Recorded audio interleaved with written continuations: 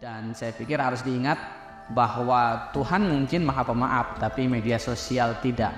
Jadi kalau kita sudah melakukan kesalahan, apalagi men-share hoax dan berita bohong, maka dampak yang paling buruk adalah kita dipidana.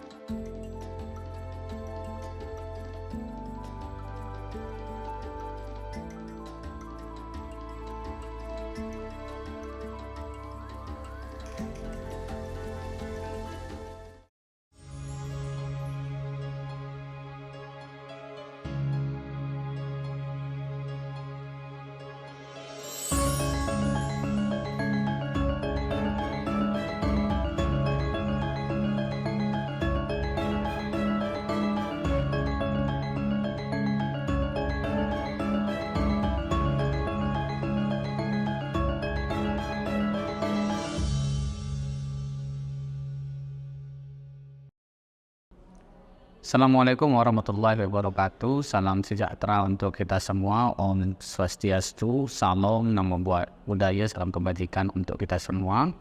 Sobat Nusantara, kita akan menghadapi pesta demokrasi, pemilu atau pemilihan umum 2024 yang akan memilih presiden dan wakil presiden serta anggota legislatif di tingkat pusat, provinsi, dan kabupaten.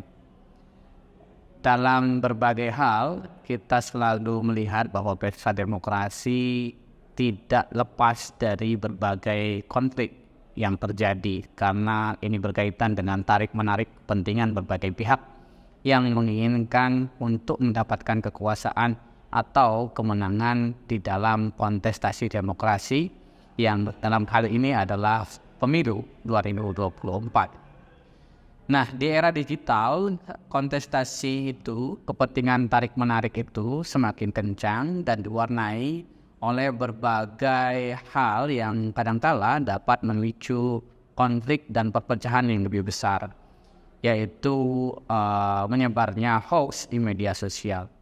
Persoalan ini bukan persoalan baru karena kita bagaimanapun telah mengalami pemilu beberapa belakangan tahun ini 2019, kemudian pemilu pilkada, pemilihan kepala daerah di DKI Jakarta khususnya, itu juga menjadi menguat politik identitas karena dipicu oleh munculnya isu-isu yang bersifat hoax di media sosial, dan kita 2014 juga muncul isu-isu yang demikian. Artinya bahwa persoalan hoax ini bukan persoalan baru di pemilu kita, dan saya pikir kita harus belajar banyak karena kita sudah mengalami 2 fase pemilu nasional dan beberapa kali pemilu daerah yang di dalam nuansanya adalah nuansa modern atau nuansa digitalisasi. Jadi para pasangan calon baik presiden maupun wakil presiden, kemudian para anggota legislatif berkampanye di media sosial, menyampaikan visi dan misi mereka. Tetapi tidak hanya itu, kadangkala ada pendukung-pendukung mereka atau kelompok-kelompok yang tidak suka dengan kelompok yang lain menyebarkan berita-berita negatif yang disebut sebagai negatif campaign. Bahkan ada yang juga memproduksi pesan-pesan atau narasi-narasi yang sifatnya black campaign, yaitu politik kampanye hitam, di mana mereka menjelek-jelekan orang lain, memfitnah dan lain sebagainya, sehingga kadang-kala hal itu menyebabkan dampak yang luar biasa di dalam situasi sosial masyarakat kita. Nah, ini yang harus kita cegah. Bagaimana pola pencegahannya? Saya pikir pertama-tama dalam konteks penyelenggara pemilu, yaitu KPU, Komisi Pemilihan Umum, harus memiliki pola mengatur bagaimana supaya para kandidat yang bertarung di dalam pemilu 2024 ini berkomitmen untuk tidak memakai isu-isu yang sifatnya sensitif seperti isu-isu sara dan politik identitas. Jadi berkompetisi secara sehat dan mendorong para calon, baik pendukung pasangan calon presiden dan wakil presiden maupun pendukung anggota legislatif, untuk berkomitmen tidak melakukan hal-hal yang negatif. Kedua adalah pola pengawasan di media sosial itu perlu ditingkatkan, yaitu ini tugasnya tentu adalah penyelenggara pemilu, dalam konteks ini Badan Pengawas Pemilu Bawaslu. harus memiliki metodologi bagaimana kemudian mengatur atau melihat potensi-potensi kerawanan di media sosial. Jadi narasi-narasi apa yang biasanya muncul di dalam pemilu, narasi-narasi kampanye seperti apa yang dapat memecah belah masyarakat kita menghadapi pemilu 2024.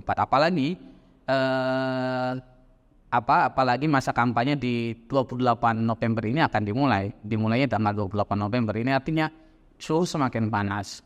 Orang selalu berkeinginan ketika masuk dalam kontestasi demokrasi, ikut pemilu dan ikut menjadi calon, itu tujuannya adalah untuk menang.